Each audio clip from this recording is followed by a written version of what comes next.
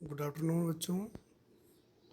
मैं P R Jakhar, सहायक आचार्य, राजकीय महाविद्यालय नावान नागौर। हम आज MDSU यूनिवर्सिटी अजमेर के BA द्वितीय वर्ष इतिहास द्वितीय पेपर सिलेबस के अंतर्गत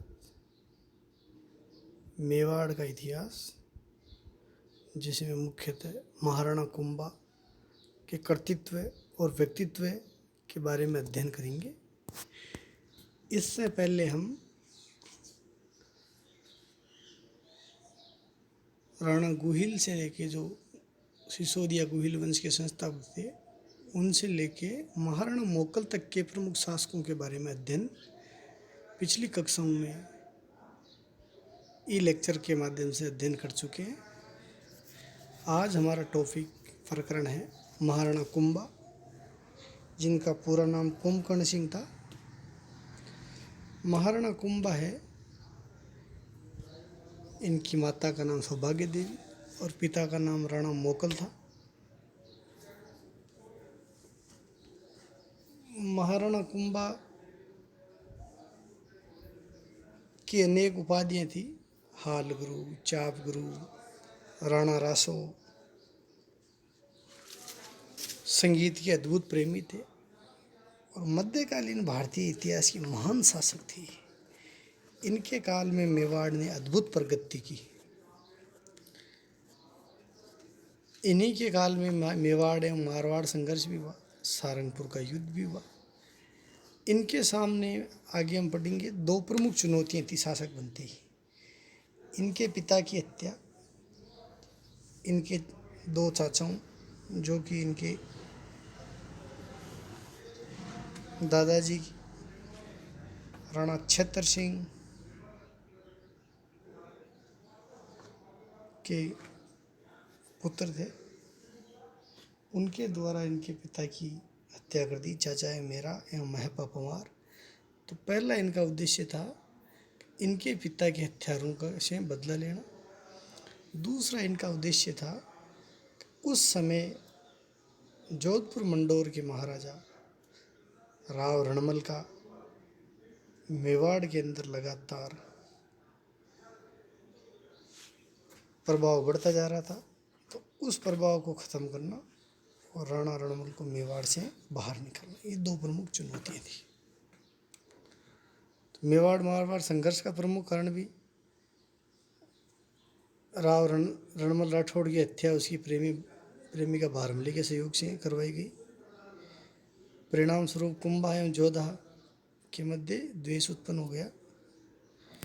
इनके काल के प्रमुख साहित्यकार, ये बहुत ही बड़े साहित्य प्रेमी शासक थे। प्रमुख साहित्यकार एवं वास्तुकार, जैसे मंडन है, वो साहित्यकार भी थे, वास्तुकार भी थे। तो इन्होंने रूप मंडन, कोद मंडन, राजवल्लभ का लेखक इत्यादि लिखे। नाथा वास्तु मंजरी का लेखक, गोविंद मंडन का पुत्र कलानिधि द्वार दीपिका और दूरदर्शनी का लेखक। कुंभा स्वयं भी बहुत बड़े लेखक थे। तो उनके द्वारा संगीत राज, संगीत मीमांसा, संगीत सुधा, कामराज रतिसा, रसिक प्रिया इत्यादि ग्रंथ लिखे गए। चित्तौड़गढ़ में ही महाराणा कुंभा से पूर्व काल से स्थित 7 मंजिला जैन कीर्ति स्तंभ स्थित है, जबकि महाराणा कुंभा ने 1427 ईस्वी में सारंगपुर के युद्ध में विजय के, सारंगपुर का युद्ध है वो मालवा और मेवाड़ के मध्य हुआ था, उस युद्ध में राणा कुंभा की विजय हुई। उस विजय के फलस्वरूप इन्होंने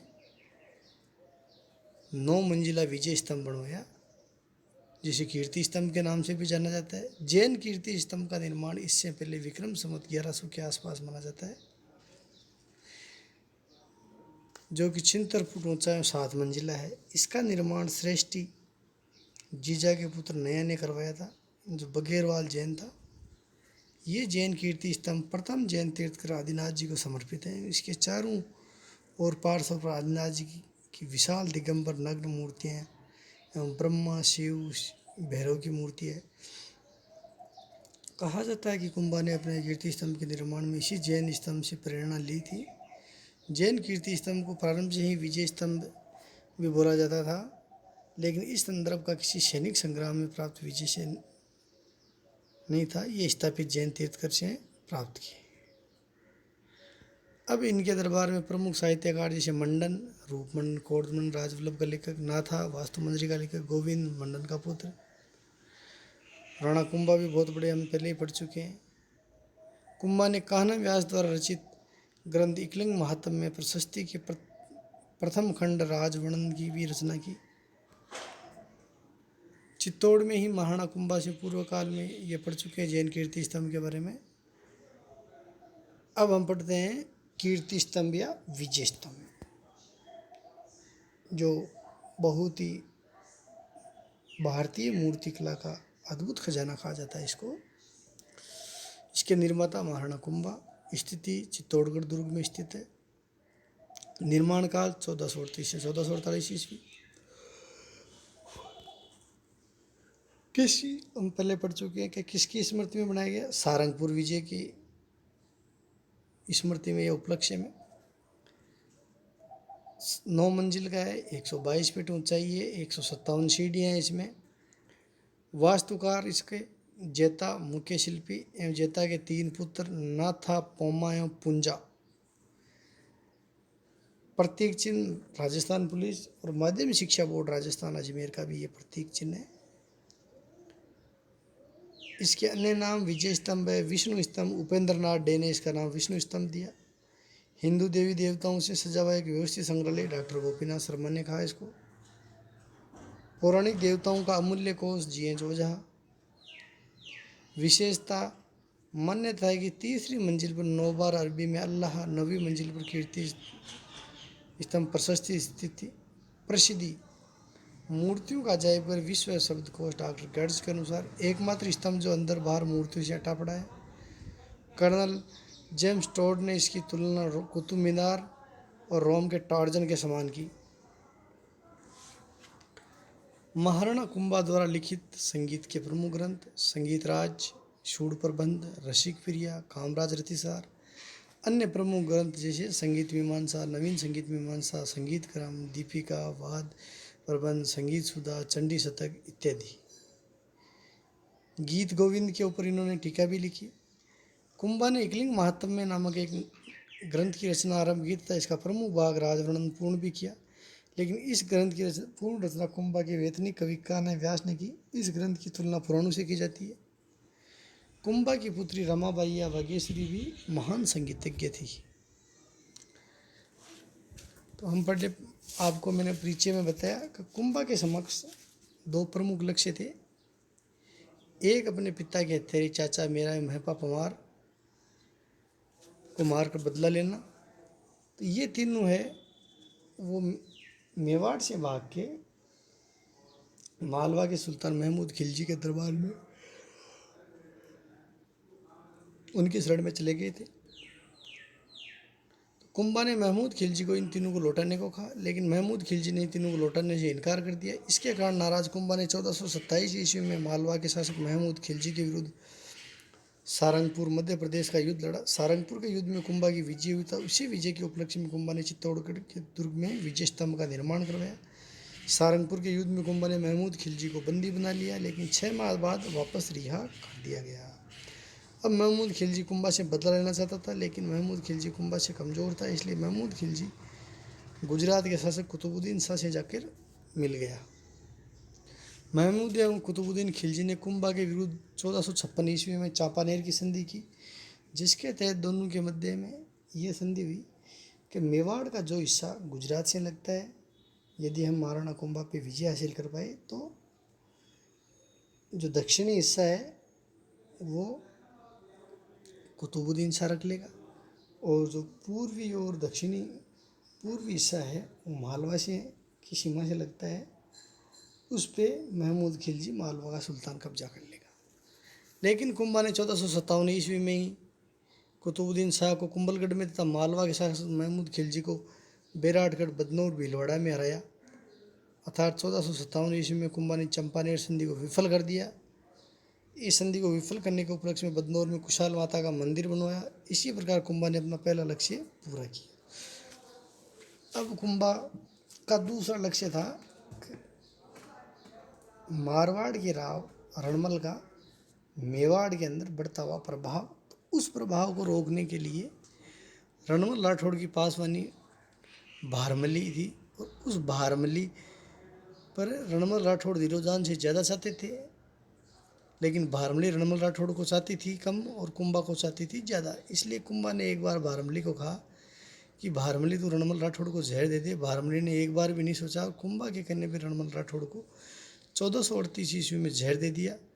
इस प्रकार कुंभा की दूसरी समस्या का भी हल हो गया। अब रणमल राठौड़ के पुत्र का नाम राव जोधा था। राव जोधा को जब ये बात पता चली कि उसके पिता की हत्या राणा कुंभा ने करवाई है, तो राव जोधा मेवाड़ से फरार हो गया, मंडोर जोधपुर जा पहुंचा। लेकिन कुंभा ने भी उसका पीछा नहीं छोड़ा और पीछे पीछे मंडोर तक आ गए। ये सारा कार्यक्रम हंसाबाई, जो राणा कुंभा की दादी थी और रणमल की बहन और राव जोधा की बुआ थी, वो देख रही थी। कुंभा की दादी और जोधा की बुआ थी, ये बता दिया मैंने। फिर हंसाबाई की मध्यस्थता से कुंभा एवं जोधा के मध्य आंवल बाउल की संधि हुई, और उसके संधि के फलस्वरूप मारवाड़ एवं मेवाड़ की सीमाओं का पुनर्निर्धारण हुआ। एक बार कुंभा है राव जोधा का पीछा करते करते बीकानेर के काहुनी गांव तक भी पहुंच गए थे। कुंभा के पुत्र रायमल का विवाह राव जोधा ने अपनी पुत्र श्रृंगार देवी से करवाया। तो श्रृंगार देवी ने गोरफुंडी की बावड़ी बनवाई थी। महाराणा कुंभा ने मेरू के प्रभाव को रोकने के लिए मचान दुर्ग का निर्माण करवाया। मेवाड़ के श्यामलदास के ग्रंथ वीर विनोद के अनुसार मेवाड़ के 84 दुर्गों में से 32 दुर्गों का निर्माण राणा कुंभा ने करवाया था। और राणा कुंभा के प्रमुख वास्तुकार मंडन, हम पहले ही पढ़ चुके हैं कि मंडन, उसके 4 पुत्र थे, जेता, नामा, पोमा और पूंजा। इन चारों ने मिलकर ही कुंभलगढ़ के दुर्ग का निर्माण करवाया। कुंभलगढ़ के दुर्ग के स्थान पर पहले मौर्य काल के शासक संप्रति का एक पुराना किला बताया जाता है। इसके अलावा इन्होंने भी, हम आप पहले पढ़ा गए, नाथा, पोमा, पोंजा, मंडन, इन पिता पुत्रों ने मिलकर विजय स्तंभ बनवाया। कुंभलगढ़ के अलावा राणा द्वारा निर्मित भौमट दुर्ग बाड़मेर, बसंती दुर्ग सिरोही, अचलगढ़ दुर्ग सिरोही, मांडलगढ़ दुर्ग भीलवाड़ा आदि किले हैं। इनमें सर्वश्रेष्ठ दुर्ग कुंभलगढ़ एवं अचलगढ़ है। महाराणा कुंभा के दरबार में रहने वाले विद्वान तथा उनके द्वारा रचित ग्रंथ सारंग व्यास महाराणा कुंभा का संगीतज्ञ गुरु थे। कान्हा व्यास कुंभा के दरबारी के श्रेष्ठ संगीतकार थे। रमाबाई कुंभा की पुत्री ने वागेश्वरी भी कहा जाता है। अत्रि भट्ट संस्कृत के विद्वान महाकवि कीर्ति स्तंभ प्रशस्ति की रचना प्रारंभ की, लेकिन कीर्ति स्तंभ प्रशस्ति की रचना पूर्ण अत्रि भट्ट के पुत्र महेश भट्ट ने की थी। मंडन के बारे में पढ़ चुके हैं। मंडन है वो गुजरात के ब्राह्मण थे और महाराणा कुंभा के मुख्य वास्तुकार थे। मंडन एक वास्तुकार होने के साथ साथ एक बहुत बड़े लेखक भी थे। तो इन्होंने प्रासाद मंडन, रूप मंडन, वास्तु मंडन, कौंदन मंडन, शाकुन मंडन, वेद मंडन, देव मूर्ति प्रकरण, वास्तुकार इत्यादि ग्रंथ भी लिखे। महाराणा कुंभा है अपने अंतिम दिनों में उन्माद रोग से ग्रसित हो गए थे, और उस समय महाराणा कुंभा है वो कुंभलगढ़ में स्थित उच्च दुर्ग किले के अंदर किला, जिसे कटारगढ़ कहा जाता है, उसमें निवास कर रहे थे। तो वहाँ पे एक समय शाम को ये कुंभलगढ़ के कुंभ श्याम मंदिर में बैठे थे। पीछे से इनका पुत्र उदा आया। उदा ने महाराणा कुंभा की हत्या कर दी, इसलिए उदा को पितृहंता भी कहते हैं। 1468 से 1473 ईस्वी तक मेवाड़ पे उदा ने शासन किया, लेकिन 1473 तक आते आते मेवाड़ के सरदारों को पता चल गया कि कुंभा की हत्या उदा ने की, इसलिए सरदार उसे नाराज रहने लगे और रायमल को मेवाड़ का शासक नियुक्त किया, उदा को मेवाड़ से बाहर निकाल दिया। अपने अंतिम दिनों में उदा है वो बीकानेर के शासक राव बीका के पास चले गए, जहाँ पे उनकी बिजली गिरने से मृत्यु हो गई। महाराणा कुंभा के बारे में आज हम इतना अध्ययन करेंगे। अब अगले अध्याय में हम राणा सांगा के बारे में अध्ययन करेंगे।